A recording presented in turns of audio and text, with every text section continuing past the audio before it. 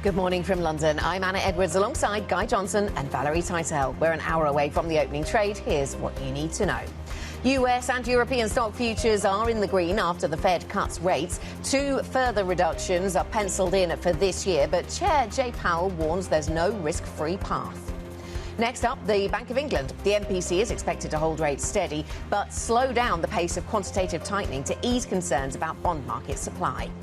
Plus, US President Donald Trump is set to meet UK Prime Minister Keir Starmer after an evening with the royal family celebrating the relationship between the allies. And we're starting this hour of trade. The equity market really not deterred by the cautious tone from Powell after they reduced rates by 25 basis points with only one dissent yesterday. S&P futures up 0.4%. European futures up 0.3%. Eurodollar hit 119.20 on the back of the Fed decision. Now it's clawed all of that back. Dollar strength really the name of the game post the Fed decision. 117.90 is where we stand on Eurodollar. And those U.S. 10-year yields at 4.06, just 2 basis points higher from the Fed decision. The countdown to the opening trade starts right now. I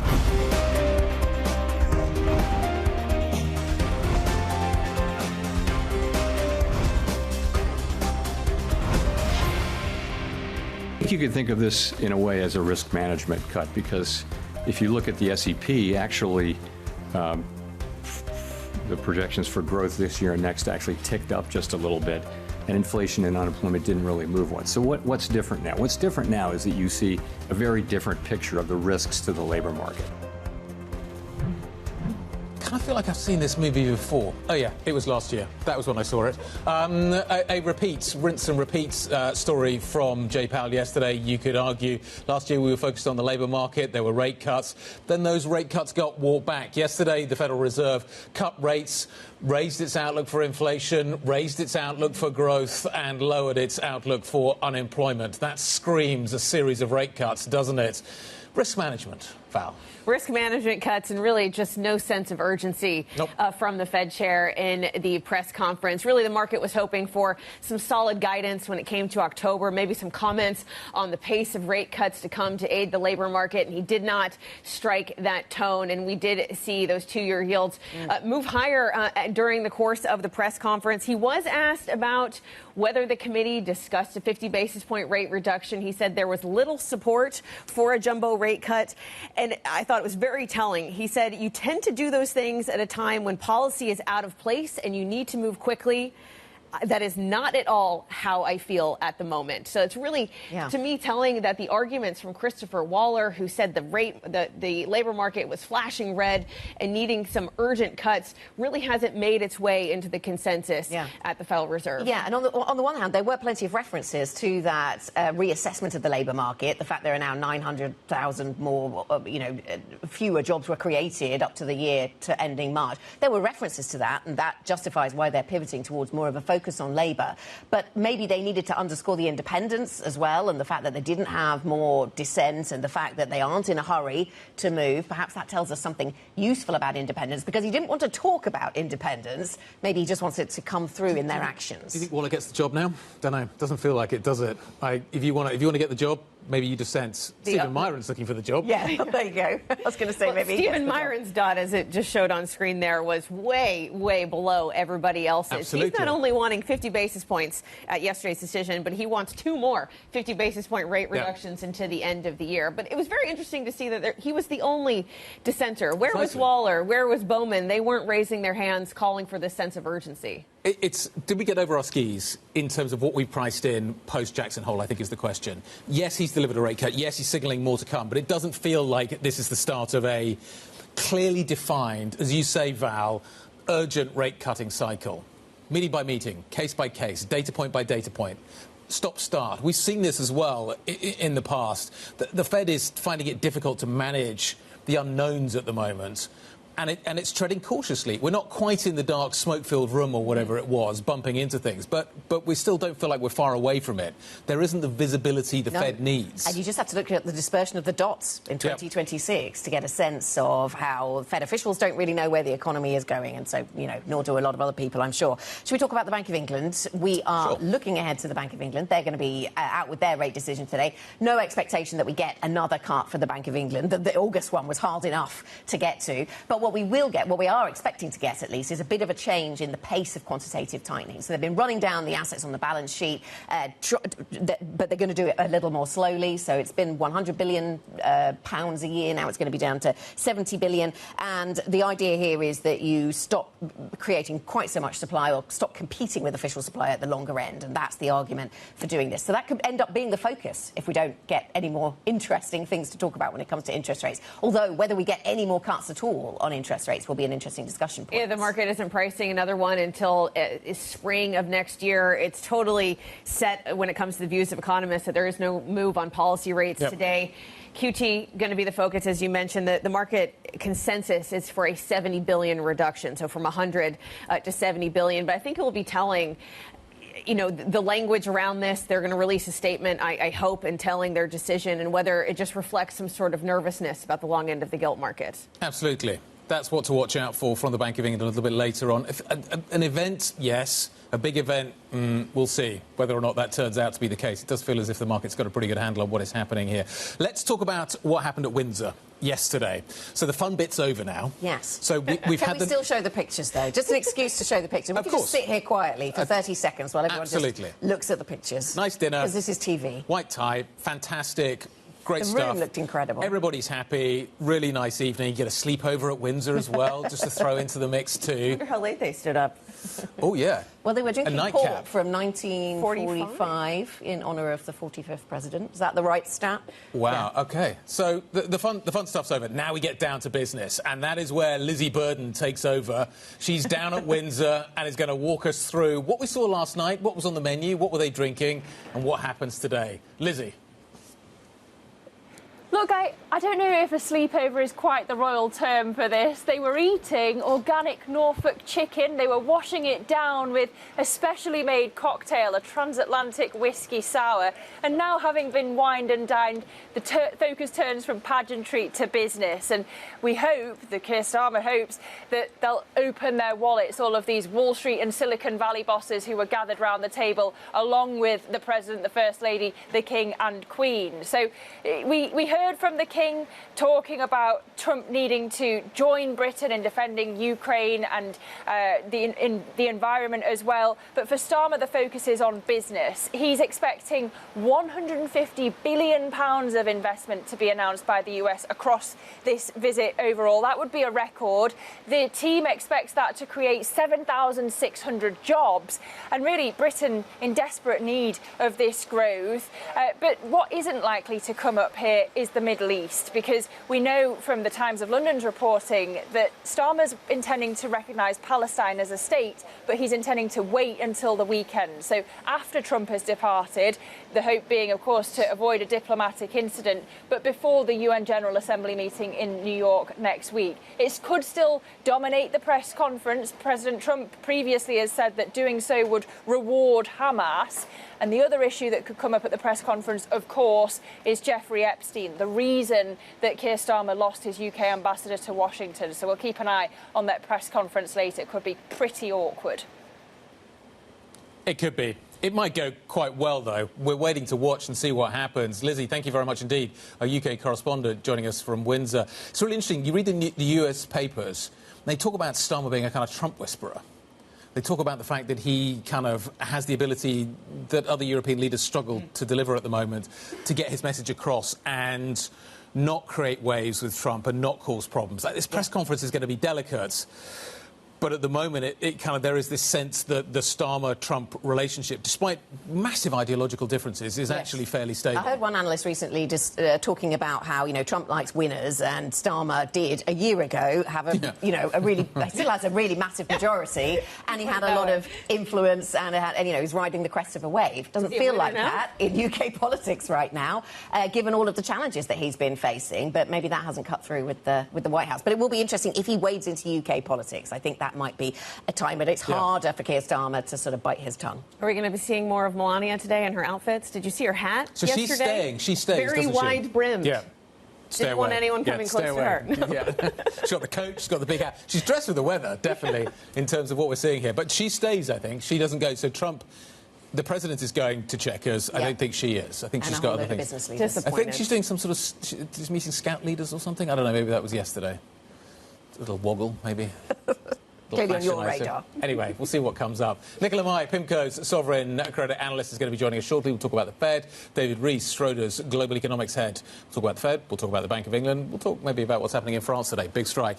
Marina Zavalok, Morgan Stanley's chief European equity strategist, is going to be joining us as well. Germany needs to get into gear is her message. And Richard Windsor, Radio Free Mobile founder, joining us on the chip war between China and the United States. Let's look ahead on the risk events on the horizon. We have two more G10 central banks making decisions today. At 9 a.m. is the Norges Bank. At noon is the Bank of England, a rate decision with a particular focus on quantitative tightening, as we mentioned. Later in the day at 1:30 p.m., U.S. initial jobless claims. And this comes after an unexpected spike last week was mostly put down to fraud in Texas. And then at 2:20 p.m., Trump-Starmer press conference. A lot of eyes on how the special relationship is going. Were you excited by the jobless claims? I mean, clearly the Fed is very focused on the labour market, and we did see it tick up considerably, didn't it, to 260,000. But there was this incredible Texan story of fraud that seems to be contributing an oversized contribution to claims. Yeah, you wonder if that, in conjunction with the hot retail sales, made people change their mind in the policy meeting yesterday. The fact that jobless claims just rose because of fraud, that did make a huge market reaction last week. It dwarfed CPI. It did, and I remember the day, yeah, precisely. So it's the danger, isn't the danger for the Fed now that actually the labour market stabilises, and it's going to stabilise at a much lower level. Say you get a series of 50k prints on non-farm payrolls. I guess, is that a stable labour market? Might not feel like it relative to recent history, but it might be a stable labour market. With a different immigration profile. Precisely. What else do you need to know this, what is it, Thursday morning? Disney's ABC network has decided to take Jimmy Kimmel's late-night show off the air indefinitely. This after a backlash over his recent comments regarding the killing of Republican activist Charlie Kirk. In his monologue in Monday's show, Kimmel accused the, quote, MAGA gang of using Kirk's death to criticise their opponents. A major owner of ABC TV affiliates, Nexstar Media, had called Kimmel's remarks offensive and insensitive. It is the latest example of a major media company facing pressure from the Trump administration. Tesla is redesigning its car door handles following a Bloomberg investigation that uncovered incidents of people getting trapped in vehicles that had lost power. Tesla's design chief told us, Bloomberg, the firm is combining electronic and manual door release mechanisms, which are currently located apparently separately. US regulators are also looking at potential defects in Tesla doors following the Bloomberg investigation. We actually have a mechanical release that's, basically right at the electronic one too, and we're combining the two. So, in the moment that you're in a panic situation, the muscle memory to go to, what is right there. So you just pull a little bit further on the lever and you have the mechanical release. So that's something that we're working on, yeah. And it's in the cars now. Doors. The new CEO of Kering, Luca Di Maio, has shuffled the senior manager executives at Gucci as he seeks to revive the fortunes of the struggling fashion brand. Francesca Ballatini will now become the CEO of Gucci, which, remember, of course, is Kering's biggest brand. Jean-Marc Duplaix will keep the role of Group Chief Operating Officer. Sales at Gucci have fallen 25% in the first half of the year, with a key measure of profit plunging by more than 50%. Coming up on the programme, Meta unveils its new smart glasses with a built-in screen and AI integration. We'll dig into that and plenty of other tech stories through the programme. Plus, French unions plan more anti-austerity protests today, heaping additional pressure on the new Prime Minister. But up next, the Fed cuts rates as expected, but not without a warning from Chair Jerome Powell. We will discuss, we'll get into the market response. If you want to get involved in that conversation, please do. IB plus BBTV Go. That is the function on the Bloomberg. This is Bloomberg.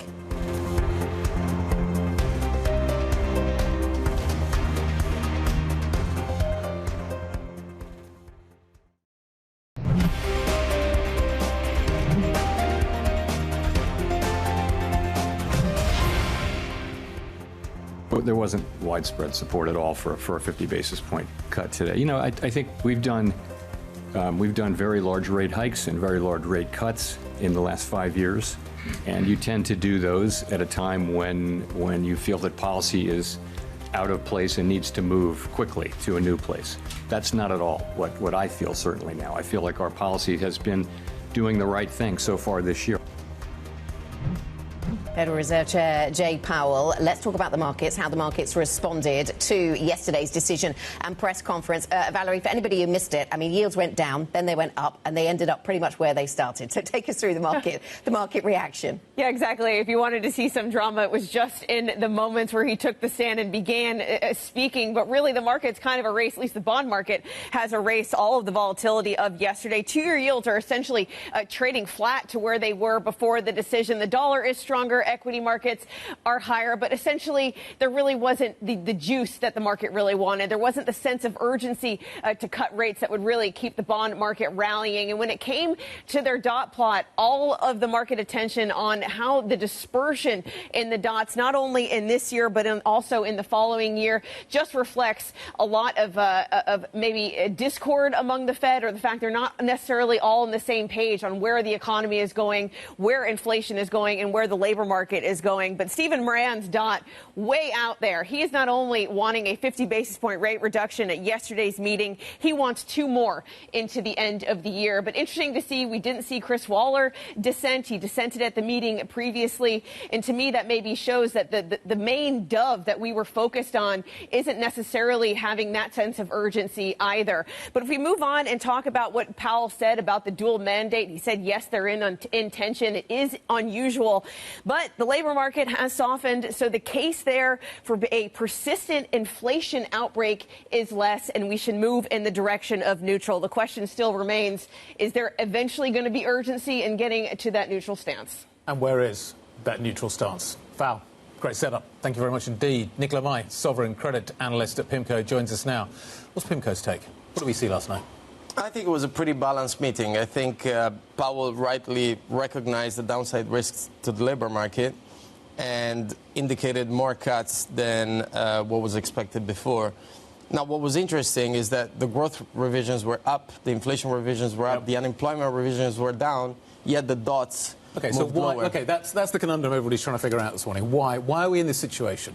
I think it's because you don't just focus on the base case, you also focus on risks. And he talked about risk management. And I think you're at a point in which the labor market is probably close to stall speed, or a point in which you can have a non-linear move down. And in response to those risks, the Fed got more dovish.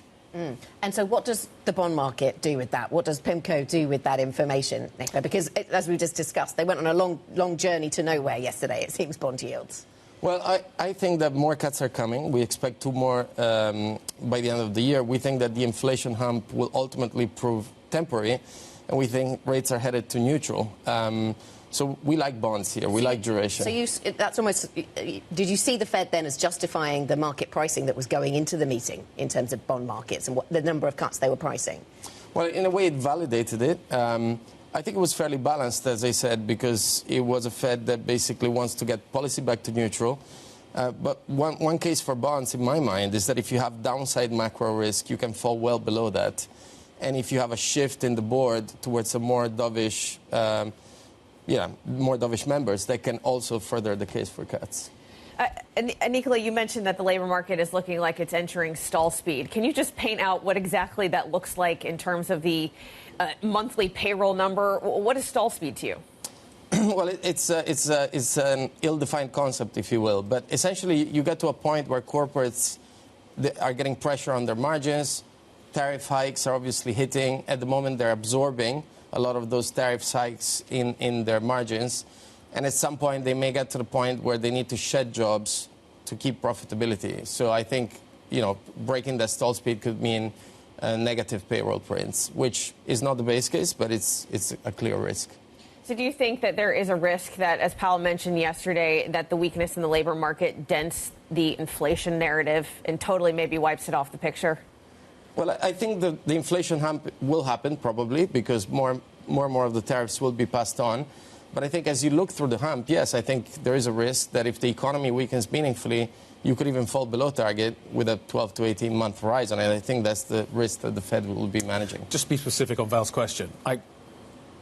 You've got to go negative. So anything north of negative, positive, the labour market is not heading stall speed.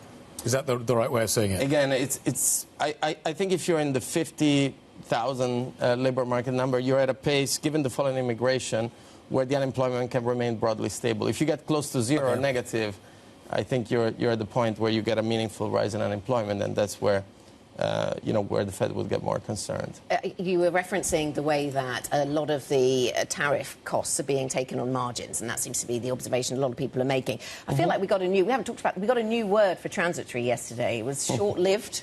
Short-lived. Short-lived, in fact, was the pronunciation we were given. But I assume you meant short-lived. But so, I mean, is that your base case assumption as well? I mean, there is the possibility that it just hasn't happened yet, and it all comes very slowly in the future. Yeah, I mean, I do think it's going to come. I think that the pass-through has been modest relative to what happened in 2018. I think only about 30% of the tariff increases has been passed on. A lot has been absorbed. I think more of it will come. So I think core inflation in the U.S. will be in the 3 to 3.5% area by the end of the year. But the point is it going to last? And to the extent that inflation expectations remain well-behaved, you should view this as a VAT hike. You know, inflation rises, but then it sort of falls back, and that's our base case. I'm interested to hear your thoughts on the number of dissents. I mean, some analysts were calling for as many as 6 dissents in both directions. We only got 1. What does that tell you? It tells me that I think Powell managed to gather the committee around him, really. Miran voted for 50 basis points. That was expected, but there was a lot of expectation and speculation that others would join, like Waller and Bowman. But I think Powell managed to sort of gather the committee around him and actually go for a pretty strong consensus around 25. So what do you do with this? Like, what are we doing with this? Are we still buying the front end? Is that the right trade here? Like, what happens to the back end in this kind of scenario? Are we still going to see upward pressure on yields? We certainly saw some of that yesterday. How does this bleed through into your world, the credit market? Yes, so I think that the front end and the belly of the curve are attractive. As I said, the base case, our base case, is not too different from market pricing, but downside macro risks and the possibility of a more dovish Fed board could easily pull rates down further. When it comes to the long end of the curve, I think there is still reasons to be cautious. I mean, there is going to be fiscal largesse next year. Yep. Fiscal policy is turning more stimulative, so debt levels are going to rise further. And there is more uncertainty regarding the policy setup in the U.S., with a lot of uncertainty and unpredictability introduced by the Trump administration. So the curve steepeners remain one of our trades. Now, arguably, we've reduced conviction on it a little bit, given that the trade has already performed very well. I mean, that sounds, to go into steepness further and to be describing the curve in the way you are, Nicola, I mean, does that mean that Myron is having an outsized impact than just his one dot would imply? Is he going to be seen by the markets as the future, as the Fed of 2026? I think it's probably not, in the sense that, in theory, he's going to be there for only a few meetings. But obviously, there is a focus on the market on what are going to be the next appointments, who's going to be the next Fed chair.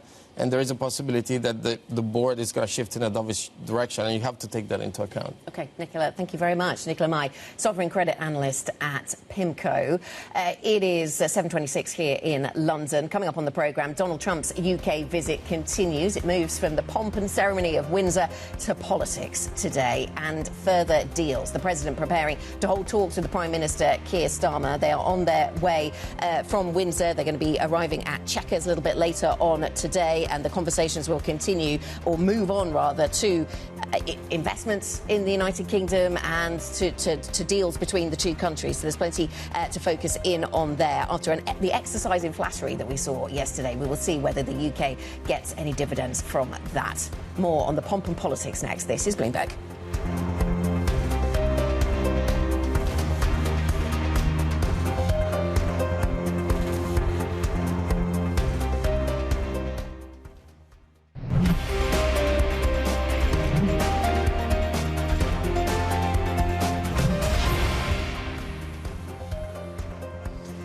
30 minutes until the start of equity trading here in Europe, 7:30 here in London. Thursday, the 18th of September. Let's check futures. And the FTSE futures not moving anywhere. CAC futures a little bit more buoyant. We could get a bit of upside at the start of trade. That fits in with the US futures picture, which is looking more positive.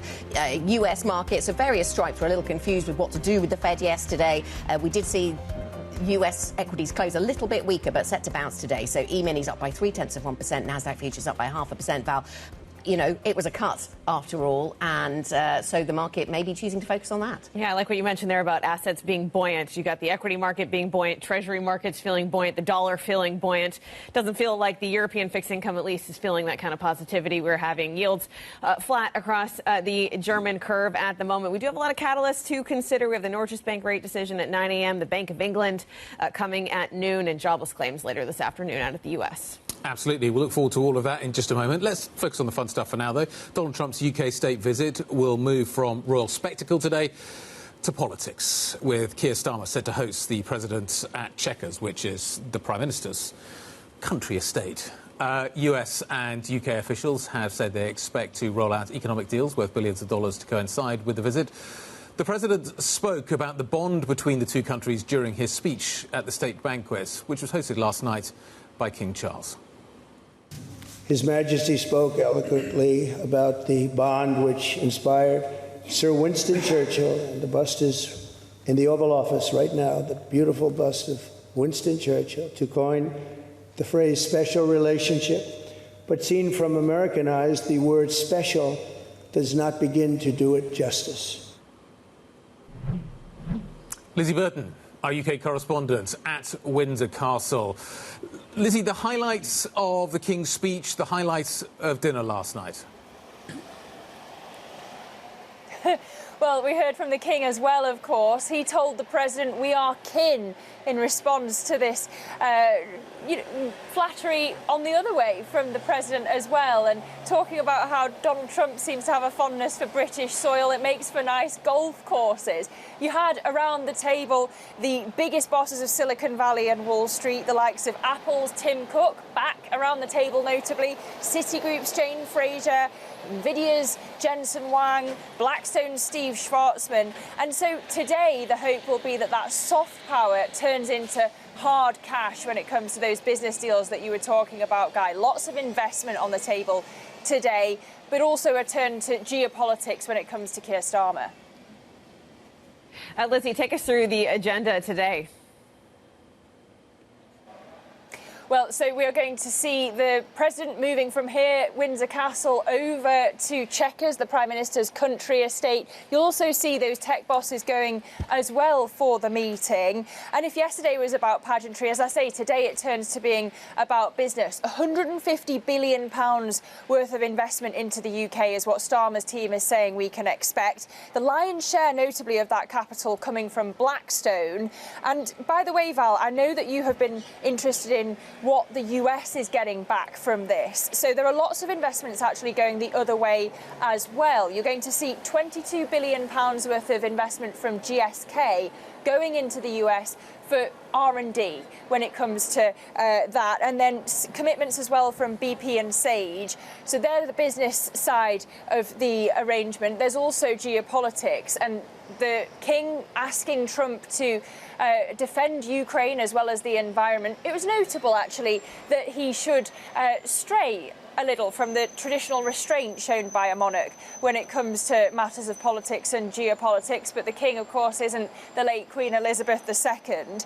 What we're not likely to hear about, though, at least from Starmer and Trump, we expect, is about the Middle East. And we know that Starmer, according to the Times of London, is going to recognise Palestine formally as a state at the weekend once Trump has gone. But this may still dominate the press conference later, as may the question, of course, of Jeffrey Epstein, and he being the link between the King, the Prime Minister and the President himself. Lizzie, thank you very much. Lizzie Burden, our UK correspondent at Windsor. Of course, also happening in the UK today, we have a Bank of England rate decision. The BOE is set to rein in its quantitative tightening programme amid concerns that its gilt sales are worsening volatility in the bond market. The central bank will make the announcement alongside its decision of interest rates at 12 o'clock London time. We're joined now by David Rees, Global Economics Head at Schroders. David, nice to have you with us. Let's start with the BOE, although no doubt we'll pivot to other parts of the world. So you don't expect to see any more rate cuts. We're not expecting one today from the Bank of England, and you don't expect to see any more rate cuts, through this year and even any time next year. So talk us through your rationale. Yeah, well, I think it's quite simple that we just don't think that potential growth is as punchy as most analysts seem to think. And that's a view that we took quite a while ago. And what that means is that even at fairly meagre rates of growth, the UK economy has been doing OK versus expectations. We're running kind of 1.5% growth. But at those kind of levels, you're still seeing the unemployment rate hanging in there. You're still seeing wage growth quite sticky. We saw more of that in the data yesterday, and unless you get a sustained period of sub-trend growth to create some spare capacity to ease those pressures, it's going to take some time for wage growth to dissipate and inflation to come down. So we think near-term inflation is going to go north of 4%, and it's probably not going to come below 3% for a year or so, or more. So, you know, quite difficult to cut rates in that environment. And so our attention focuses on quantitative tightening today. And is that your expectation that we shift down the speed at which the Bank of England rolls off its balance sheet? Yeah, so let's see what they say in terms of QT. But I think if you look at the bond market dynamics, the fact that debt dynamics in the UK are bad, we're relying on foreign funding, and you've got all these different sort of risks around the world in bond markets that can whack you, it doesn't make sense to add to that volatility, you know, by selling into the market. So I think it makes total sense to trim that. And, yeah, I mean, long end of the bond market's still going to be under pressure even with that, I think. Well, when it comes to your estimate of how much they'll reduce quantitative tightening, it's currently running at $100 billion annual pace. Consensus estimate is around 70. Are you an outlier on either side? I don't think so. I think that sounds about right. I mean, the Bank of England hasn't really sprung many surprises in terms of QT. They tend to signal what they're going to do quite clearly. And I think that it seems about right to us, yeah. Do you think they've had any direct discussions with the Treasury on doing this? I don't know. I don't know, frankly. Possibly. But, I mean, at the end of the day, the Treasury will be concentrated on the budget coming up at the end of November. So all of that would be kind of immaterial, I would have thought. Has the market priced in too much from the Fed? I think so, yeah. I think so. I mean, we're talking about rates going down to 3 or below 3% in an economy which is doing fine. I mean, a lot of focus has been on the payrolls number, right? OK, payrolls has clearly been weaker than we had assumed it would be. Now, there might be some other factors going on in the background as to why that is. But if you take that off the table and look at all the broad range of indicators that we follow, you've got an economy that's running ahead of 3%. You've got kind of the initial claims look fine. And you've got inflation, which is at 3 and likely to rise. So, and, of course, the stock market's on fire. Credit spreads are extremely tight. So it's an unusual time to cut interest rates. And so clearly they're going to be cutting a bit more. But the idea that you would go down to neutral or below at this stage of the cycle just seems a little bit at odds with those. Do you need a recession to get to that, do you think? I would have thought so, yes. I mean, typically, I mean, look, let's not be clear. We're talking about an orthodox approach to policy making here. Yeah. Usually, with a 2% inflation target, which is always kicked into the long grass by the Fed, we saw it again yesterday, you need to create, and if you've got a positive output gap, and probably at about full employment, in order to ease those kind of tensions, you need a recession, create the capacity, and you get layoffs, wage growth rolls over, you disinflate the economy. That, to me, is the road to get rates down to kind of neutral or below. Any other kind of scenario where you're cutting rates aggressively to those kind of levels, you're basically going to ask for inflation down the road, and that's basically what we're assuming. Well, David, speaking of unorthodox policy, there's been a lot of chatter lately about quantitative easing, yield curve control, and this came after Stephen Myron, in his opening statement in a Senate confirmation hearing, mentioned the third mandate from the Fed, which is moderate long-term interest rates. Is that a risk on your horizon when you're thinking about how policy will respond to economic developments? I think it certainly is, yeah. I mean, as I said and kind of implied, we're moving away from orthodox policy making somewhat. And clearly the level of long-term interest rates in the US is a problem, given the debt dynamics, given the size of the deficit, and given that they don't really seem to have any appetite to significantly tighten policy. So we're going to be printing a lot of large deficits, something going on globally. There's going to be upward pressure on the long end of bond yield curves pretty much everywhere. And the US doesn't seem to want that. So once you move away from orthodox policy making, the chance of more extreme outcomes increases, and things like yield curve control is certainly part of that toolkit. Do you think that there's some people talk about a K-shaped economy in the United States, and maybe that's complicating our reading of the data, that maybe the labour market is weakening for some parts of society and retail sales are weak for some parts of society, but the overall numbers are fine? And it got some reference yesterday from Jerome Powell. He didn't seem too worried about that. He's just dealing with the aggregate. Is that clouding our understanding maybe a little? I think that's always going on to some extent. There's always inequality. There's always different parts of the economy, different regions faring well and performing poorly. At the end of the day, as economists, we're quite blunt. We aggregate everything together, and policy is set on that basis. So I don't think you can start trying to tweak policy for different sections of society. Ultimately, if you do that, if you cut your rates for the bottom end of society or lower income deciles at a time when the economy as a whole is doing well, you're just going to fire up the rest. So I don't think it really adds up. Your background's in emerging markets. How useful are those skills right now? I think they're absolutely crucial because ultimately economists tend to focus a lot on, we say we won't do it, but we look at past relationships and we apply those to the future and extrapolate it forwards. In emerging markets, because you've got a moving target of structural growth, reforms or bad policy making, it's a moving target. Those kind of rules don't apply. You've got to play the cards that are in front of you. And I think is that what we're looking at in Europe and the United States? I think in the United States it's absolutely crucial to play the cards that are in front of you. In the UK, that's the reason why we took the view in the UK that the UK would be stagflationary, rates wouldn't be falling very far because of the structural changes going on in the economy. The old rules don't apply in that situation. But when we're talking about emerging markets, traditionally in emerging markets, when a central bank and a Treasury or the government start working together, that's a massive red flag. But could you argue that maybe in more developed markets like the US, like the UK, that having a Treasury and a central bank working together can actually add some fiscal calm to what's going on in the debt markets?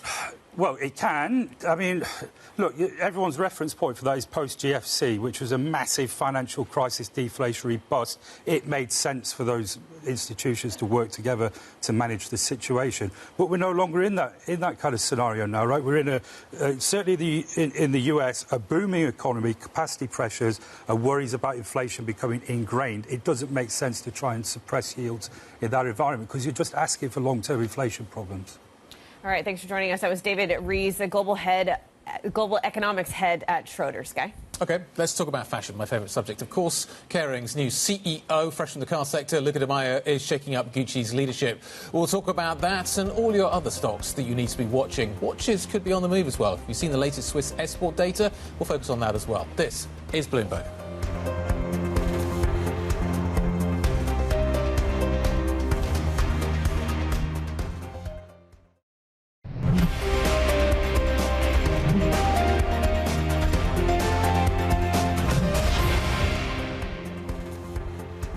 We're 14 minutes away from the opening trade here in Europe, and equity markets are looking pretty positive across Europe. Euro Stoxx 50 futures up 0.5%, and my eye goes over to Wall Street. We have NASDAQ futures in the green as well. The Bloomberg Dollar Spot Index is feeling quite buoyant this morning, and Treasury yields are lower. So it does seem to be maybe the day two assessment of whatever Jerome Powell said yesterday, give it the mixed, muddled message it was. It's still just fairly positive for risk assets. It seems that way, doesn't it? Let's get the perspective of Paul Dobson, executive editor for Asia Markets. Paul, it seems that markets of various stripes are thinking very hard about things around the release of the statement and the press conference yesterday. Maybe risk assets just woke up this morning and said, OK, well, we'll take that, more rate cuts. What did you take away from the Fed? We could probably make at least a 10-minute hit rather than a 3-minute countdown to unpack everything that went on with the Fed, Anna. But I'll give you a couple of my thoughts on it, a couple of takeaways. One, the Fed cut and Powell managed to get pretty much everybody on board. Everybody agreed to a cut. Some of them wanted more, or at least one person wanted more. We all know who that's likely to have been. That's good. That's good for bonds. That's good for stocks. That's good for the economy. All things being equal, it should be supportive. Might not be very good for the inflation outlook, but markets, should respond to that with wide open arms. And that's what we're seeing with the equity index futures today in particular, but also some gains in treasuries. But, and of course there's a but, the moment that Powell said that this is a risk management cut, that this is an insurance move, that started to give people wobbles. And when you look at the dot plot, while the median estimate is for 2 more cuts this year, there's a big clump of people that see no more cuts this year. And maybe you're thinking, hang on, maybe the Powell's within that other clump. And that there's going to be a lot more hard work for them to get any further cuts done this year. So that throws some consternation to the crowds. But then a caveat for the caveat is Powell is, going to be preempted, to use the words that we saw elsewhere today. He's only around for so much longer before his term as governor changes, and so the outlook for next year is muddy because the personnel and the makeup of the Fed is going to change as well. Is that the collective noun for a member of the FOMC? Clump. It's kind of, I don't know, works for me. Let's talk about the Bank of England. What are you looking for there? Yeah, so Bank of England isn't about monetary policy. I don't think this time. It's much more about what they're going to do with the QT, whether they're going to slow the amount of bonds that they're spitting back into the market and whether that takes some pressure off the back end of the yield curve. There have been worries not just in the UK but across global bonds markets about inflation, about government debt loads, about supply of bonds into the market, and that's lifted up those long-term yields. So whether there's some efforts there to control that a little bit from the Bank of England will be what people are going to be focused on. Well, Paul, the other risk event on the horizon is jobless claims at 130, which last week stole the shine from CPI, but it turns out there was just fraud in the number. What do you think about jobless claims today? Astonishing. Well, what to make of that? So much of that data has been proven to be unreliable from the US. We still don't really have a very good grip on exactly what's happening in the labour market and in other parts of the economy as well, for that matter. So you've got to trust your instincts a little bit. I think, what people really care about is not so much the outlook for the economy, but what it means for the Fed. And we already know kind of what the Fed is thinking now. At least we have some insight into that. So maybe this jobs data are a little bit less important. Maybe people are going to pay attention to the inflation side of the equation again. Unless we get some particularly ghastly numbers on the job side, people can be a little bit more comfortable with that for now. All right, Bloomberg's executive editor for Asian markets, Paul Dobson, thanks for joining us with your thoughts on the market. Now let's get some stocks to watch ahead of the European Cash Equity Open with Chloe Melly. Chloe?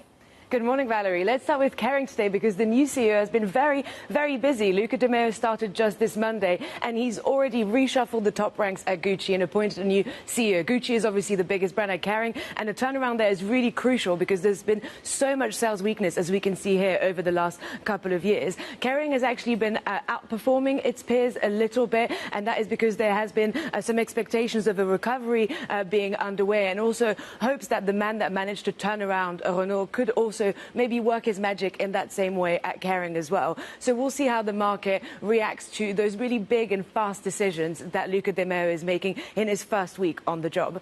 Moving on to EssilorLuxottica, the eyewear maker could be on the move today because of Meta announcing a brand new pair of AI glasses that it developed in partnership with Essilor. This is a step beyond the smart glasses that those two companies have already worked on together. Those are glasses that allow you to read text messages, read video calls, read directions on a map as well. So we'll see how much the market reacts to that this morning, this brand new innovation, this brand new high-profile partnership with Meta for EssilorLuxottica. The shares have already been doing so well, so we'll see how that picture changes at the open. And finally, let's talk about some M&A action in the elevator market. So Connor, a Finnish company, is said to be considering a bid for TK Elevator, and this is a potential deal that could reshape the global elevator market, according to analysts. There are some risks. Of course, there are execution risks. There are risks of antitrust scrutiny as well. So we'll see how the market reacts to this. Connor shares have been doing quite well over the last year. So we'll see how this changes the picture this morning as well on the back of this potential deal. Thanks, Chloe. Chloe Melly, our equities reporter, with some of those stocks on the move. Guy, you spotted another one that could be moving quite substantially. Yeah, Conti goes, the spin that it's been doing, Omovio, I think is the right way of pronouncing it. Mm-hmm. Hope I got that one right. I think that gets spun off today. So you're going to see potentially, I don't know how actually they might just compensate for it in terms of the numbers you see on the screen, but there's a potential of quite a big percentage drop, but it's kind of mechanical. The company in its entirety, the valuation still kind of exists, but they're just taking potentially a quarter of it away. Taking a knife and slicing a quarter off. So we'll watch that one. Omovio, yes, that looks like how you say that one. That's what we're going with. Let's also talk about Next, because this is often seen as a bit of a bellwether for the UK high street, so it can weigh on the sector as a whole. And this is a business, actually, that's spreading increasingly internationally, so that's another dynamic to watch. But certainly the commentary that we're getting from Simon Wolfson, the CEO, and he's often pretty outspoken, is very much focused on the UK, and he's very unhappy with the economy. He's unhappy with what's been happening with some of the policy, and giving us his take on the labour market and where he thinks the pressure is building, rising costs, increasing regulation and displacement through mechanisation and AI. His diagnosis for any weak spots in the UK labour market. Well, speaking of EssilorLuxottica and their eyeglass brands, what did you guys make of these Ray-Bans out from Meta? They're slightly tinted. You see that in the photo? Yes. What do you Did think? wear them? Is that good? I don't know. I'm waiting for If you're Guy's outside. assessment. Again, fashion, What do not my. A pair of Ray-Bans, a pair of Wayfarers. Like, Always they're up for a pair very of those. chunky. You have to be willing to wear I thought chunky sunglasses Are were they in? kind of were in. You're the leader with fashion here around the Oh, table, yeah, of Guy. course. I'm listening to you. Yeah, I'm not the one wearing glasses though.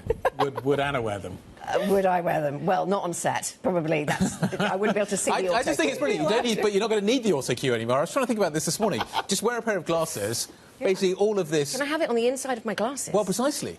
Oh, well, on a contact lens. That would be better. That would be but better. on the inside of the glasses, all the things that you kind of, we look up and down, we wouldn't necessarily know. Sorry, I've made it all about me. AI contact lenses. Is that the next thing for Anna Edwards? It's going to be. Until until there's an AI me, and then... And then that's true. We don't want to go too far with this. Exactly. Let's stop having those thoughts. So we are how far away? 6 minutes away from the European Open. The futures picture looks, well, a little choppy for Europe, but US futures pointing higher. Risk on, it seems. So Europe so far this week is down. Stock 600 is actually negative on the week so far. So a little bit of a pop this morning might kind of level us out a little bit. I think we're down by around 7/8% on the week. The S&P is more flat on the week. So a little pop there, maybe less of a pop there, kind of keeps it in keeping. But the dollar's the critical factor here. Like if you're a euro investor, you still lost money in US markets this year. I do this just to annoy Val. Well, yeah, I mean, the dollar did have a big round trip yesterday. It breached multi-year lows and then rallied very strongly off the back of that. See, she knows better than to be annoyed. She just laughs. Of course, now. she laughs at me. It off. That's generally the response that most people have. Pro move. To me. 5 minutes to go. The market is about to open. We're looking positive. That's next. This is Bloomberg.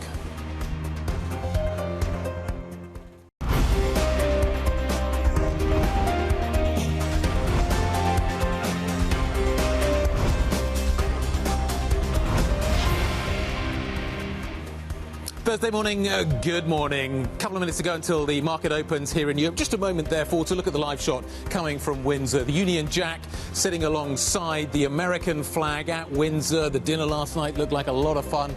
Speeches were made, a lot of warmth in the room. Today, though, we'll see whether that continues. We move to Chequers. And the action there is going to be interesting. The press conference is going to be a must-watch event. Talking of must-watch event, the press conference last night from Jay Powell was a must-watch event and moved markets. You can see here is the effect that we saw in the US market yesterday. That's kind of V-shape that you can see there on the stock chart is where we saw the Powell press conference. The European market's kind of finished down here, so maybe a little room to price the upside, Val.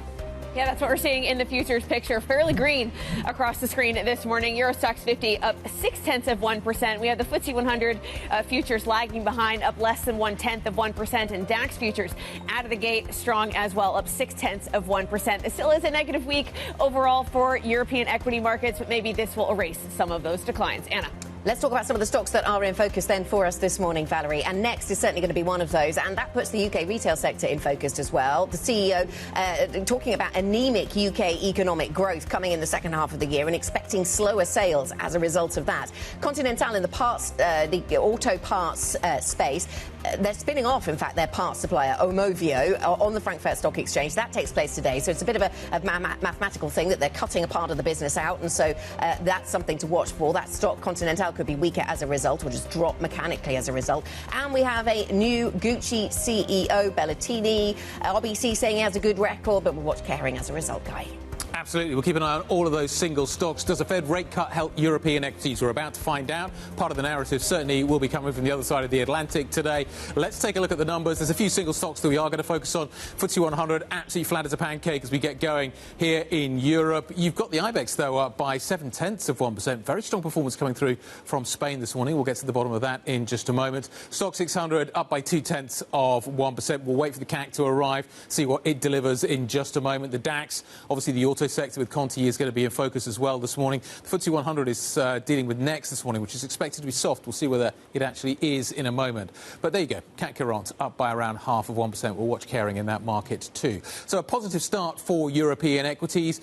Basically, it means we're kind of flat on the week thus far. Val, what does the sector story look like? Sector picture is looking fairly positive. At the top of the basket, we have banks and technology. Technology up 0.6%. It seems like ASML doing pretty well so far in this morning's trade. But out of the sectors, we have 15 in the green, only 5 in the red. The one deeply in the red, or the most in the red, shall I say, it's only down 0.2%, is real estate. I was just looking at, the source of that Spanish optimism, Guy. There does seem to be, well, Spanish and Italian, actually, both of those up by 0.7%. The banking sector is overall, as Valerie, you're pointing out, one of the stronger points. And within that, some of the Spanish banks and the Italian banks doing well. I was wondering if it was, Banco Santander, for example, has US operations. And I was wondering if it's a rate cut sort of story.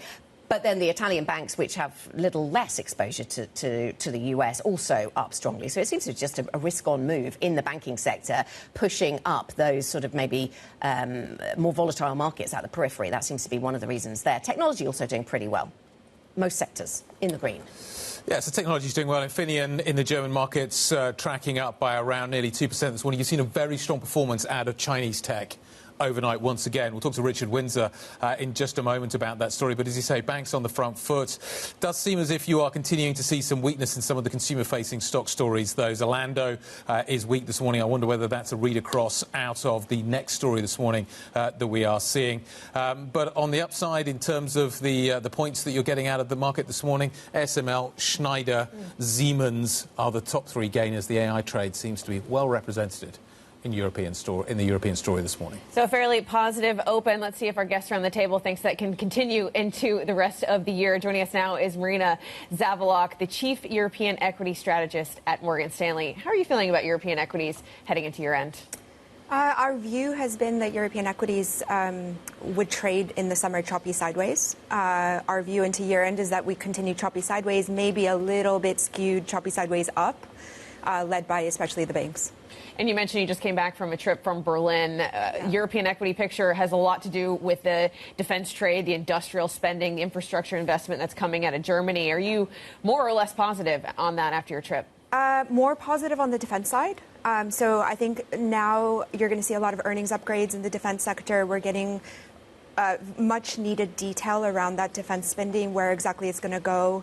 And therefore, analysts can start upgrading numbers, because consensus defense estimates are still based on 2% of GDP, if you can believe it, even though we've been hearing about 3.5% for a while. On the infrastructure fund side and just general domestics in Germany, mid-caps, I think it will take some time to see the positives come through. I think execution will take time. So you come back from Germany, where you've just been more convinced about the defence spending maybe than the infrastructure side. Is that fair reading? Yeah. We are recommending defence over the infrastructure plays right now. OK, and looking at, just as you were speaking there, we got some commentary, Deutsche Bank's CFO talking about German spending boosting growth from 2026. Does that fit with your thinking then in terms of how long this fiscal push takes to come through? Yeah, we see a moderate impact to 2026. I think our economists, for example, they see kind of a 50 basis point increase in GDP on the back of the fiscal stimulus. My view from an earnings perspective is more that the benefits come through 2027 and especially 2028, so it's going to take time. But once project awards ramp up, companies should start to reflect that optimism a bit more. I think those project awards momentum will be a lot stronger in defense than it is. Infra will be more of 2026 project momentum. OK. And you talk about, in your notes, you talk about one of your top overweights being banks, along with defence and software and some other things. On the bank side, are you at all concerned about an urge to tax the banking sector that we might see spreading across Europe? It's popping up in all kinds of places. The UK gets some coverage on this. Italy, we've had coverage on this recently. Yeah, it's a very good question. It's one of the biggest pushbacks right now to our banks overweight. We have this sector model, and we have it's a complex sector model with a lot of inputs, but we have incorporated the tax increases, even though not all of them are confirmed, but we've incorporated them anyway, just to be conservative. And still, the banks are coming in as the second to the highest sector in Europe, and of the major sectors, the highest sector in Europe. So I think compared to the benefits of the steepness of the curve, the high long-end rates picture, the taxes aren't diminishing the positive earnings trajectory enough. Do I buy or sell European equities if the euro-dollar's at 120? I think you should be selective. Right. In European equities. I don't think that will mean that European equities sell off, but we probably just keep going choppy and sideways in local currency terms. And just in terms of the overall global performance, is there a reason not to buy US equities? How do I think about it? If I'm a euro-based investor, or I'm a US-based investor, and the currency moves, it's quite a big headwind. I keep pointing out to Val, that if I'm a euro investor, I'm still down on the S&P for the year? Yes, yeah. So how does it change? Yeah, it's a good point. I think basically if the euro is strengthening consistently and investors believe that is structural, which right now that's very heavily debated among the buy-side investors, then theoretically you should be buying Europe over the U.S. if you're not hedging your currency. If you're not hedging your currency, and especially anything with domestic exposure, because then you hold on to those euro gains. The problem is, like, if you look at Europe's performance versus the U.S., in dollar terms, it is higher this year. But people view that as backward-looking. So you really need the euro to just keep consistently strengthening and not going sideways like it did over the summer. What's the beta? What is the effect of a Fed rate cut on European equities? Is there kind of, how do I think about the spillover? Yeah, I think there isn't a really significant spillover. I think the Fed rate cut drives animal spirits and certain rotations more so in the U.S. equities market, so it can trigger more U.S. equities outperformance versus Europe, especially if you get, Fed cut after Fed cut after Fed cut above market expectations. But in Europe, the kinds of rotations we've seen in the U.S., like into rate sensitive, property, home builders, we're not seeing that in Europe. In Europe, the focus is on fiscal constraints. And also a lot of investors tell me, well, we saw rate cuts by the ECB, and at the end of the day, that only spurred a tactical rally, and the market cares more about the long end from a fundamental perspective. When it comes to things you're hearing from your investors, maybe one key reason not to invest in Europe is because everyone wants to get over their skis on the AI trade, and Europe is lacking, a tech-driven sector. How do you argue for European tech in that way? Yeah, I mean, we like software. Business services also quite software heavy. This sector has seen a really big pullback. I mean, 20% in recent months. What we've been seeing over the summer is these kind of, I call them rolling momentum unwinds. The things that worked on the top, they started to see a bit of a pullback. Things including defense, including banks, things that were underperforming on the bottom, they've been seeing tactical rallies. We think those rolling momentum unwinds are showing signs of fading, and software is kind of the last place where, as we get into earnings season, software companies in Europe report, the earnings will be fine. Some of the big, large caps are AI exposed, do benefit. We think you'll see a bit of a relief rally. And it's interesting, on business services, they might be AI exposed in a negative sense. We had lots of reports about job losses because of AI earlier on in the year. Yeah, this is something that worries you.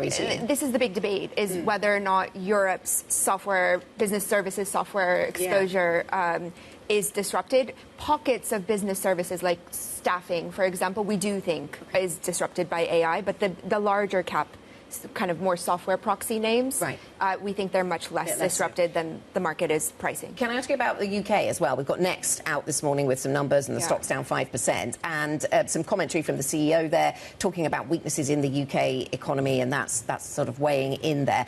At the same time as we've got, Trump's here, and there's plenty of money being thrown at the UK economy by lots of big tech names. What's your, when you put the UK up against other investable opportunities, what does allocation look like, or what does the strategy look like? Yeah, I mean, if you look at the UK, like the FTSE performance versus these just constant negative headlines that we're getting on the UK economy, they don't seem to match up, and that's because the UK is vast majority is global exposure, or the banks. So the banks actually benefit from some of these fiscal constraints, like I was saying, with the long end of the curve being higher and the steepness.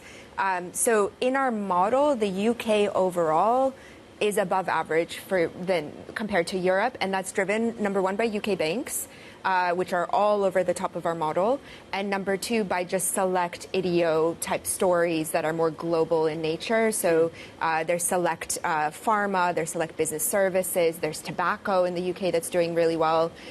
So we overall like the UK, but UK domestics ex-banks, they're towards the bottom of our model. What's the overall message to take away? Is it that equities in Europe continue to grind higher? Is it that that equities in Europe are going to continue to grind higher, but I want to take on more defensive exposure? What's the kind of, if you're looking at a portfolio, what's the overall message that you think we should be communicating at the moment? So we published a note on this just today. Yes. The overall message in Europe, it's not. I think in the US you have this kind of grind higher narrative that's very clear. You do not have that in Europe. Our view is that in Europe, it's a stock picker's market. You have to be very selective what you choose. We have this framework called top picks, our analysts' highest conviction ideas. Historically, consistently, European top picks have outperformed. They all have their own idiosyncratic drivers.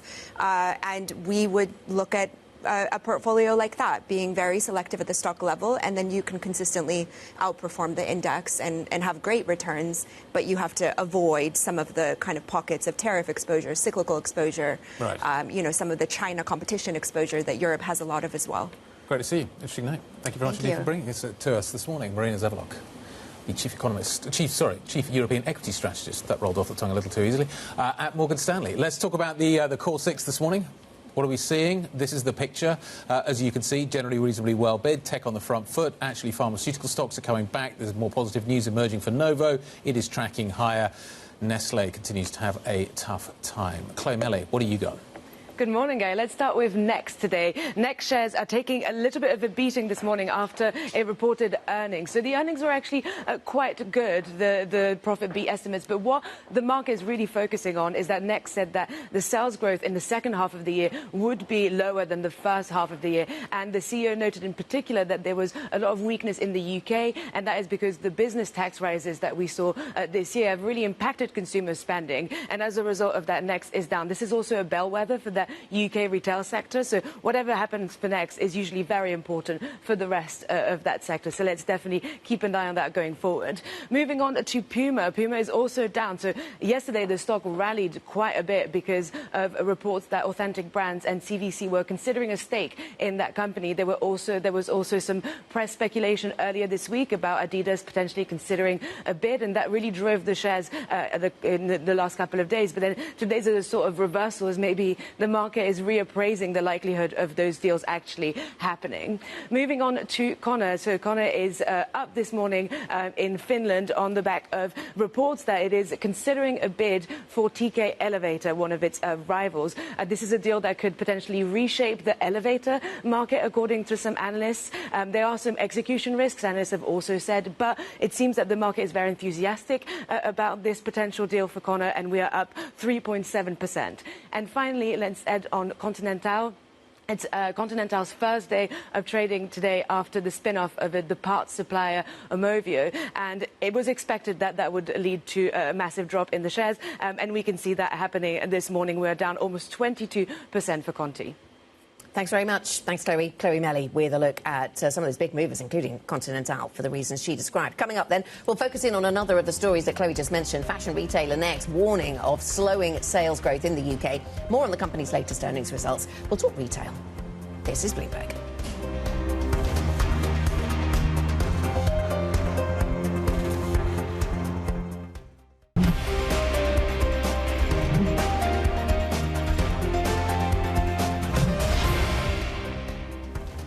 Welcome back to the opening trade. We're 17 minutes into the cash equity session here in Europe today, and it is looking even more positive than before. The DAX up over 1%, up nearly 1.2. We are seeing some outperformance when it does come to the banking sector, maybe that helping things out in Germany. But the whole, as a whole, European stocks in the Euro stocks 600 is up 0.5%. Yeah, I get the doom story because I get the sector at the bottom of the stock 600 this morning, retail. So Next has warned that sales will slow in the second half as the retailer forecast that the UK economy will be set for weak growth in the coming years. It's going to be hit, according to the Next CEO, by increased regulation, higher taxes, government spending and declining job opportunities.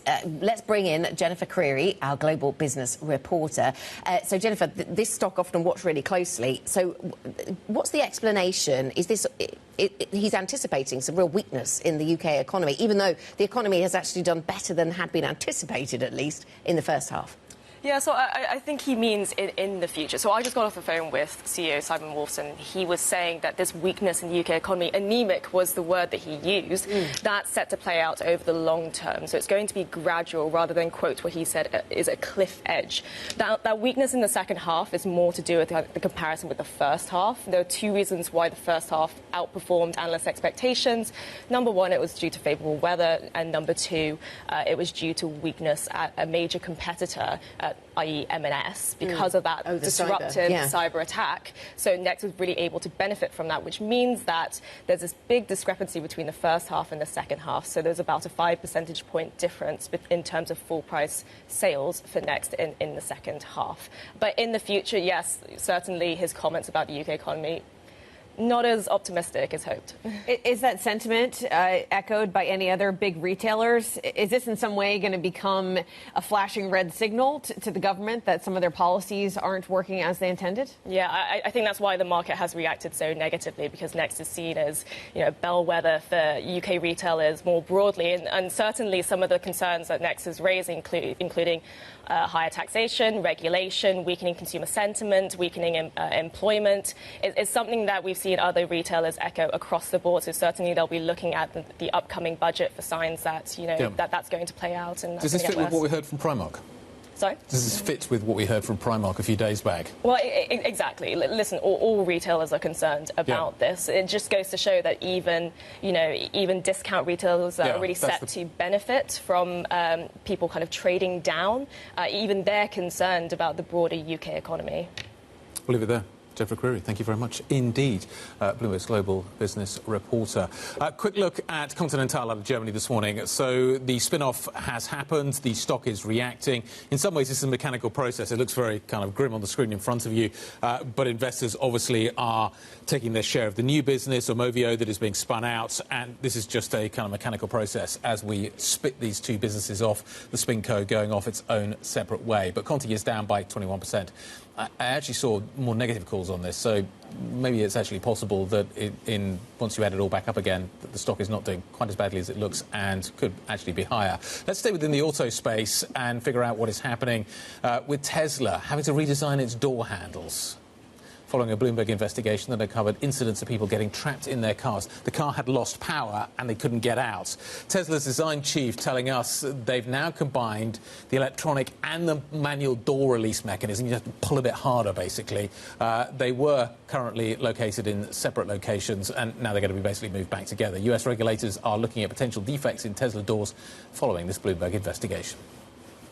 We actually have a mechanical release that's, basically right at the electronic one too, and we're combining the two. So, in the moment that you're in a panic situation, the muscle memory to go to, what is right there. So you just pull a little bit further on the lever and you have the mechanical release. So that's something that we're working on, yeah. And it's in the cars now. I still struggle with pressing a button to start the car.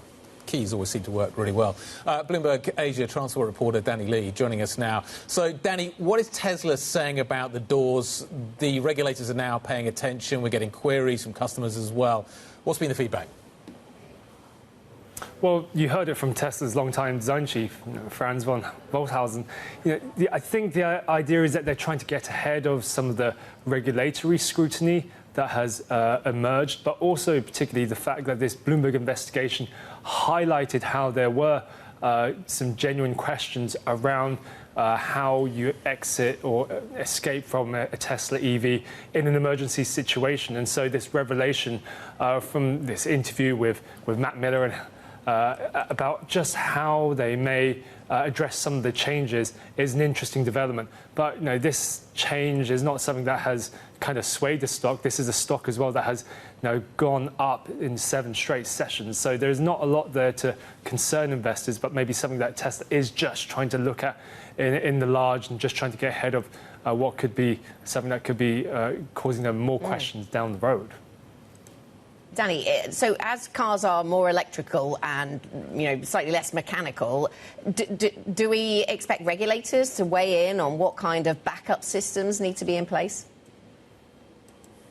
It is a really big question and a really good question as well. Right now, the US regulator governing roads and driving and road safety, they are asking questions of Tesla because there was cases where you are on the outside and you're trying to open the door, but you can't, and then children are trapped inside. There's concerns also around the how the power is fed into the doors as well. So these are things that Tesla is trying to think about. And I think a big question is, do they do an upgrade of the software or an over-the-air update, or is it something that has to be done by recording the cars physically. So these could have bigger implications if this is something that they have to record and get these cars back into the shop. And I'm sure a lot of regulators, not from just the US, but also from China and elsewhere, will be watching very closely. Danny, I'm sure I'm not testing your knowledge here. Do any of these cars have backup batteries? Like just small batteries that allow the basic electronics to continue to function if there is a problem and the main battery is no longer available? How much redundancy exists within an EV in terms of the power supply? Well, for Tesla, there is two sets of power supply. The door is powered by something, by a smaller set of power. But that is why there is this emergency mechanism that you can pull in manually to ensure that you can get out of the car. But clearly, the challenge has always been where it is located in these Tesla EVs, which is causing all of these questions, and for Tesla to look again at redesigning things to make it a bit more intuitive, particularly as Tesla's design chief said, in emergency situations when you can be panicked. Yeah, you go for the door handle. Asia transport reporter Danny Lee, thank you very much indeed. European equity markets up this morning. DAX is looking reasonably solid. Like we're it's not overwhelming. Mm-hmm. Is it a response to the Fed? I don't know. I question that. There seems to be some single stock stories that are helping us out this morning. Actually, if you were to look at anything this morning, you'd say banks and the AI trade appear to be the two kind of key drivers. Yeah, maybe that's what's boosting the DAX. You have Infineon up over 3%. And then when it comes to the bank trade, we heard from the Deutsche Bank CFO speaking at a conference, seems fairly positive about their performance in the later half of 2025. And that stock is outperforming as well, up over 2%. One stock that is not outperforming today is Pets at Home, a slightly smaller end of the scale here in the UK. But of course, this was a real boom stock around the pandemic because so many people got dogs in particular, but also other pets, and spent a lot of money on them. It seems tragically that that's not happening anymore, and they've had to lower their profit guidance. The CEO also leaving the business. So Pets at Home, that stock down. Well, it was suspended for a while, down 9% as it stands. Dogs are expensive. It's been quite there's a lot of money in pets. There's definitely a lot of money. Yeah, I can. Especially the trend now of feeding them real food. That is expensive. No canned food or dry food kibble anymore. No, I can't go too far down that road. Anyway, if my dog's watching, we're not going down that road. Huawei has unveiled new chip technology with greater computing power in a bid to challenge NVIDIA. Chinese tech stocks have been rallying hard over the last couple of days. We're going to have more on the global race for chip dominance. Richard Windsor is going to be joining us shortly. This is Bloomberg.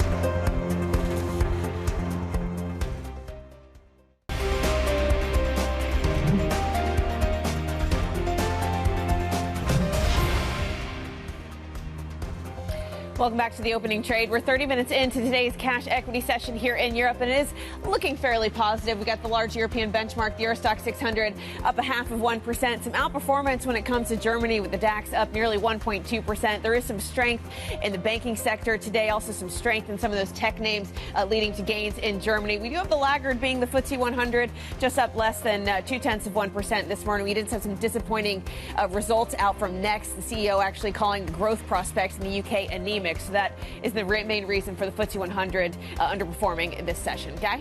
Yeah, interesting. Just on the eve of the Bank of England decision, that's the language that is being used. 330 up, 243 down. The market's on the front foot a little bit this morning. Volume isn't. We're a little bit light in terms of the internals, down by around 11%. So a little softness in terms of the volume on a 20-day basis. 52-week highs. You've got Babcock looking pretty strong this morning. HSBC, the banks, as we've been talking about, on the front foot, and we've been talking about Cone this morning. We've got takeover stories within the elevator space going. There's too many jokes.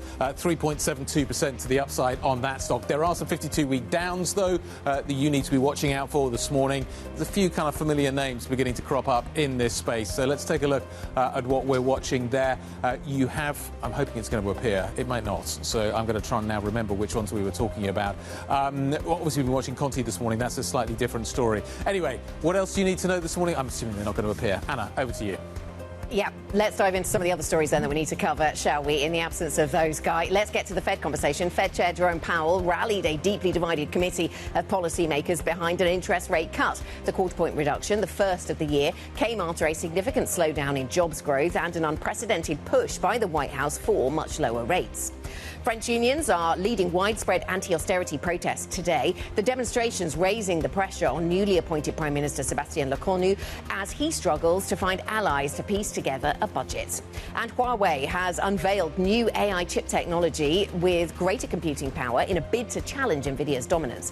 The company's new approach using cluster-based computing helps pack more performance into its semiconductors, which are used to train and operate AI services by domestic firms cut off from Nvidia's highest end products. Guy?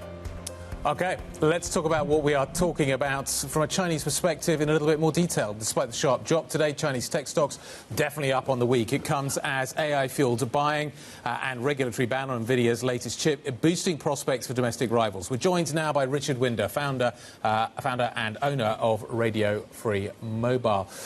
Richard, people are talking about a Sputnik moment for Chinese tech that we are about to see catch up with US technology. Do you agree with that kind of sentiment? The honest answer is I don't know. Why do I not know? Because I called the Sputnik moment turnaround for the Chinese technology sector in the beginning of 2004, the middle of 2004, and the beginning of 2005. What I would say this time is if you look at the charts, if you look at the sentiment, it does look a lot better, and you have got some proper breakouts with good volume, which means I think that finally foreign buying is coming into the Chinese technology sector, which still remains, in my opinion, a contrarian trade and substantially cheaper than all of the Western rivals. If you were to think about, though, the possibility of China catching up with Nvidia, US technology, etc., is that something that's possible at the moment? The answer is yes and no. So is it possible for Chinese companies to develop cutting-edge artificial intelligence algorithms based on Chinese technology that compete with anything developed on NVIDIA technology? Absolutely yes.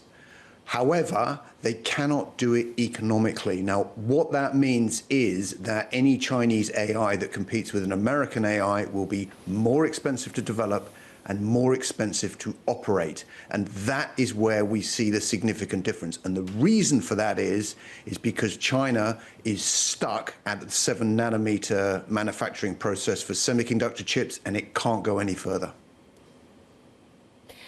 Richard, can you clarify that a bit? Because I thought the whole DeepSeek moment at the beginning of this year was on the back of DeepSeek producing this AI bot that was cheaper than the ones out of the U.S. Is this just in the next step of China's AI dominance, that it's going to be more expensive for them to reach that?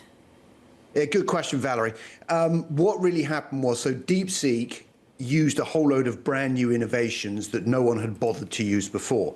Were they particularly unique or proprietary to DeepSeek? No. So what's happened is everyone else has now adopted them, and that whole competitive gap between DeepSeek and everyone else has closed.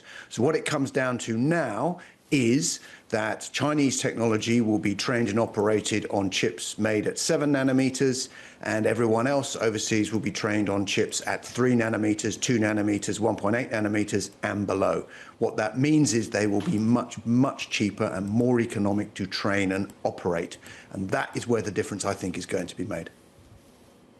Richard, there was some news overnight that Huawei has unveiled a new AI chip with what you just mentioned, with greater computing power to try to rival NVIDIA. I was wondering what your thoughts were on the story.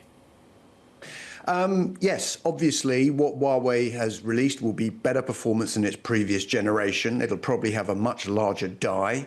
And so consequently, when it comes to raw performance in terms of TOPS, which is the way that you measure AI compute performance, you could easily make it equivalent to Blackwell. The question is, can you do it reliably? Can you do it cost effectively? And do you have really, really good software for the AI engineers to use?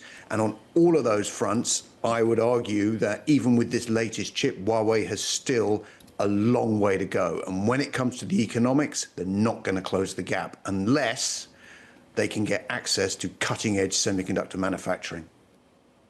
And so, Richard, from what you said there, that sounds like there is still a lot of opportunity for NVIDIA in China, or there would be, but for the politics, but for the geopolitics. So is it right that NVIDIA assumes very little in terms of China sales, and what does that future look like? I think it's absolutely right. I have long been of the opinion that NVIDIA will lose all of its Chinese business, AMD will lose all of its Chinese business, because the history shows the minute China has something with which it thinks it can compete, it removes all the foreigners and it moves preference towards the domestic technology. Now, does that mean that China will not be able to produce cutting-edge AI? No, it does not. But what it really means in the long term, they're going to struggle to compete overseas. And this is where I think NVIDIA, AMD, and everyone else who loses the China market will make it up overseas, because you're going to see non-Chinese technologies gain a lot of market share outside of China, because they're just much more competitive on a cost basis. Richard, what is the more medium-term picture for the AI trade and the demand we're going to see for NVIDIA chips? I read your note, obviously, on a daily basis, trying to get your take on what is happening here. You do see some sort of a moment happening where not everybody survives, and there is a clearing out of the space. We were speaking to Jack Selby. He runs, obviously, a big VC fund. He's part of the PayPal mafia. He's a well-known name in this space. We talked to him earlier this week. This is a quote from the interview. There is going to be tens, if not hundreds of billions of investor dollars that will literally be incinerated as we see the winnowing of the startup process in the large language model space. Do you see something similar as well, and when does it come? Broadly agree. The other answer is no one knows. You know, if I knew the answer to that question, I would now be disclosing all of my short positions to you. I don't have any, because I don't know. I don't know when it's going to happen. I'm pretty sure it's going to happen.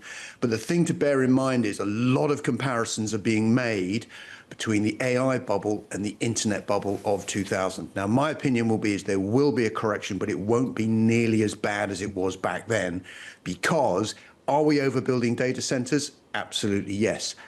However, there is still massive demand for data center compute. Go back to the internet bubble. The bubble was building tons and tons of dark fiber in the hope that the internet traffic would materialize when they put the fiber in the ground. It didn't, and it took another 5 to 6 years before it materialized, and that's the difference. So, is there a correction? Yes, but it's not going to be as bad as the internet bubble. Sadly, I've no idea when it is, maybe 2026, but don't hold me to it. So, Richard, clearly AI and the spending, the huge amounts of capex on AI, a real focus for tech investors right now. I wonder where that leaves the sort of hardware and wearables side. We're drawn to a story this morning from Meta. Meta's launched a $799 pair of glasses with a screen on the inside, and there's that word again, AI integration. Where's the future in wearables and this side of the tech conversation right now? Well, this actual form factor is very interesting, simply because what you've seen is Meta has already had some good success with its Ray-Ban smart glasses. And the reason for that is what the artificial intelligence that is powered by the latest generation of models allows you to do for the first time ever is to use voice as a high-quality user experience. So you can actually ask it things in natural language and get the answer that you're looking for in a way also that's easy to understand. And what that's done is it just makes using that kind of technology much, much easier. Now, we cover the metaverse. You know, our view is mass market takeover of the metaverse 2029, 2030 at the earliest, simply because the technology is still not really there. However, what this does do is if this continues to prove popular, it's starting to get people used to the idea of maybe wearing that kind of technology and then perhaps using it more and more and more. And then perhaps over, you know, a 5-10 year period, they replace their smartphone. A 5 to 10 year period. So are we witnessing the start of the death of the smartphone as the primary device which we all interact with? Is that the process that is beginning to unfold here? Potentially, yes. The reason why I say potentially is because there's still an awful lot of other hurdles that need to be jumped over in terms of battery life, quality of display, software compatibility between the different players and all that sort of thing. But it could be the beginning. So that's why I say potentially rather than an emphatic yes. Richard, great to catch up. Looking forward to that moment. Feels like we basically walk around with our phones like this. Everybody seems to, and then you bump into things. So is this the disintermediation of the iPhone, of the phone? Instead, we'll be talking to our glasses. But I mean, at least you can see where you're going when you're doing that. So there's the upside. OpenAI has also floated a hardware device. Well, maybe they want to remake the computer. It's some I don't know what it's going to be. They've got to carry it around. The large language model might be in my glasses, I suppose. Yeah. But Richard's talking about kind of but think about the effect of the end of the smartphone. Like that's a huge moment. I got to think about that for a while. But I see it everywhere around here. People just walk around like this. Yeah. My kids do it. Occasionally bump into things. You wouldn't have to do that. That's fantastic. Always great to get Richard's take. Richard Windsor, the founder and owner of Radio Free Mobile, joining us there. Coming up, pressure mounting on France's new Prime Minister after unions mobilised nationwide to protest against spending cuts. That's what's happening in France right now. We'll bring you the latest. This is Bloomberg.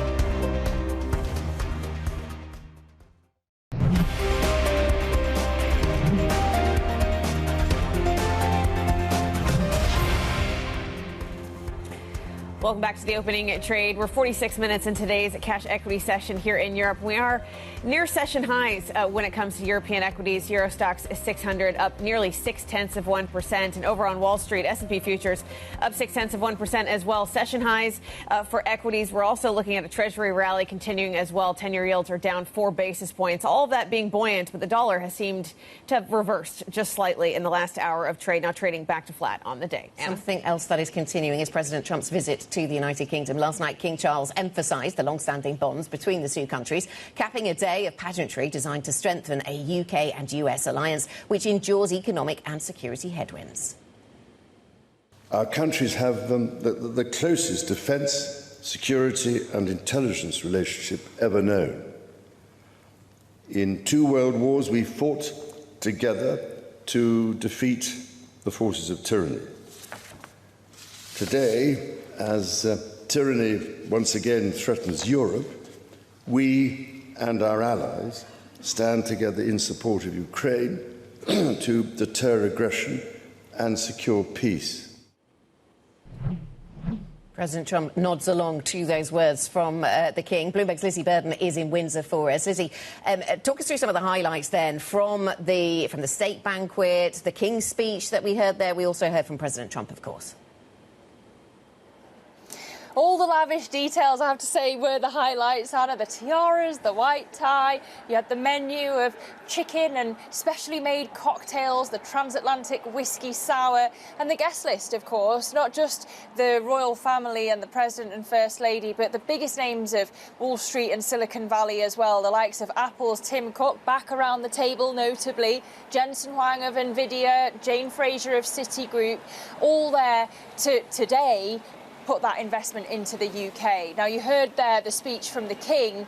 We also heard from the President himself. Let's take a listen to that. His Majesty spoke eloquently about the bond which inspired Sir Winston Churchill, and the bust is in the Oval Office right now, the beautiful bust of Winston Churchill, to coin the phrase special relationship. But seen from American eyes, the word special does not begin to do it justice. So the weight of history clearly on the President there. That is the message that the King was trying to send. They hope that the soft power translates into hard leverage today. And it was interesting as well that the King didn't hold back in his message, not just in saying to the President, we are kin, but also calling on the President to defend Ukraine and to defend the environment. So not quite the usual restraint that we get traditionally from the monarch. Well, let's say we get down to business today with the business leaders meeting in Chequers. What's on the agenda? Well, we already know, Val, that we're going to get tens of billions of dollars worth of economic deals here. We already know about the defence technology cooperation, the nuclear partnership. But as I mentioned, some of those names around the table, we're looking at investments from the likes of Microsoft and from Google as well. And it goes the other direction too. So UK names investing in the US, the likes of GSK and Sage and BP putting money on the table, which is what Donald Trump can take back to Washington as well. well. But for Keir Starmer, it's not just about business, it's also about geopolitics.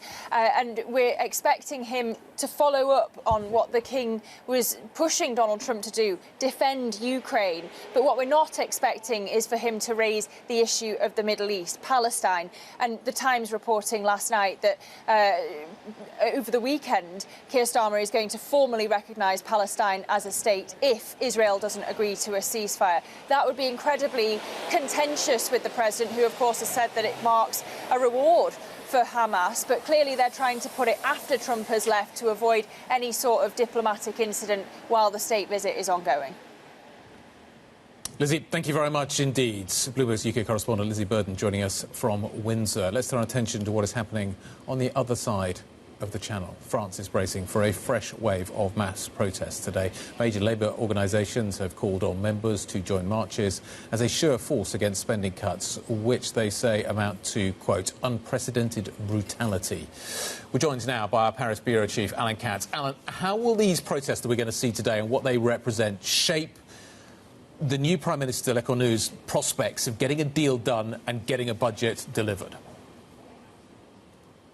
So, as you say, it really is about it being a show of force. And the question is going to be, can the unions get a lot of people to turn out? And the numbers, if they're very big, say, you know, around 1 million, that would, people on the street, I mean, or people on the street plus strikers, that would probably be a pretty good result for unions and show that they really can weigh on the political decision-making, on the budget decision-making, and would really reinforce sort of the parties that some of these unions are aligned with. There's the biggest union, the CFDT, is sort of a center-left union that's pretty closely aligned with the Socialist Party. So it's sort of, if they have a big show of force, it helps sort of the left to say, like, you need to give us a lot if you want our support in a budget. If, on the other hand, not that many people strike, not that many people show up for these marches, that weakens their position, their bargaining power, and maybe strengthens sort of the right in their effort to say, like, oh no, actually you should really be you know, focusing on us in terms of trying to get any sort of budget through. So that's really sort of the way it's going to work out. There's nothing specific that they're really trying to get out of today's marches. It's a protest against a budget that no longer exists because it was presented by the prior government. So it really is, it's more sort of like, can we mobilize our people and show you that we can mobilize them?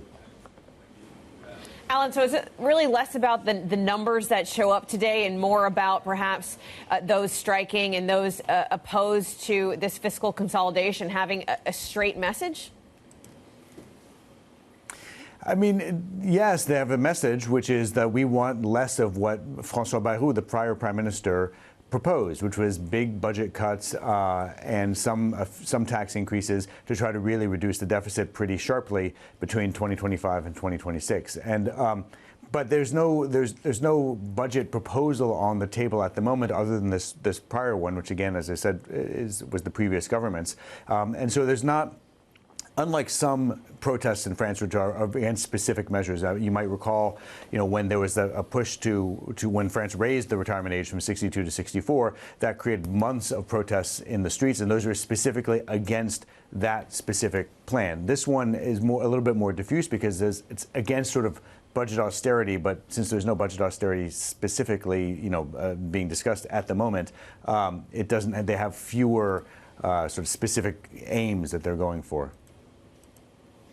Alan, taking a step away from the detail here of France, we've got an interesting story on the terminal by colleagues this morning asking whether Europe is becoming ungovernable. And they're looking at various geographies where fiscal pressures exist and politics is increasingly fragmented, and asking whether Europe has what it takes to kind of move things forward and make decisions and progress. What's your take on this kind of reporting? I mean, it's you know, the fundamental existential question of Europe, really, at the moment, and actually large parts of the world. You have seen in France, as in many other countries in Europe, you see a sharp rise in the populist right.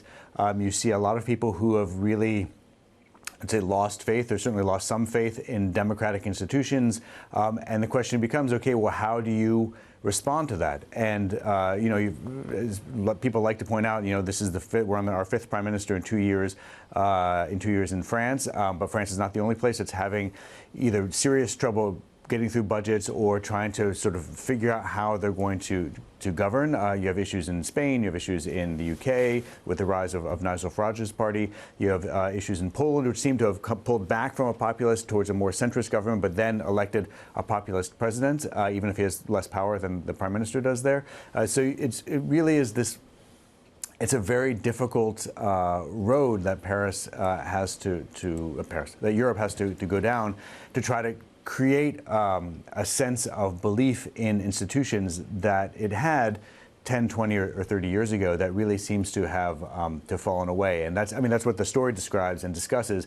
And it is a real fundamental issue for Europe that's not going to be solvable very easily or in the very near term.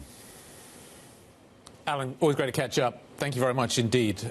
Bloomberg's Paris Bureau Chief, Alan Katz. Right, we're nearly done. What's next? Let's look ahead to the risk events on the horizon, because in 5 minutes' time we have the Norges Bank rate decision. Now, it is looking like it could be a split decision. Economists do think they will reduce rates, but there seems to be some speculation they could be hawkish. We've seen Euro-NOK hit a one-week high ahead of this decision in 5 minutes' time. At noon, we have the Bank of England rate decision, QT, on our mind. Later in the day, at 1:30 p.m., is the weekly initial jobless claims figure, and at 2:20 p.m., Trump and Starmer hold a press conference. Yeah, I think that's going to be worth watching, given how interesting these things can get sometimes.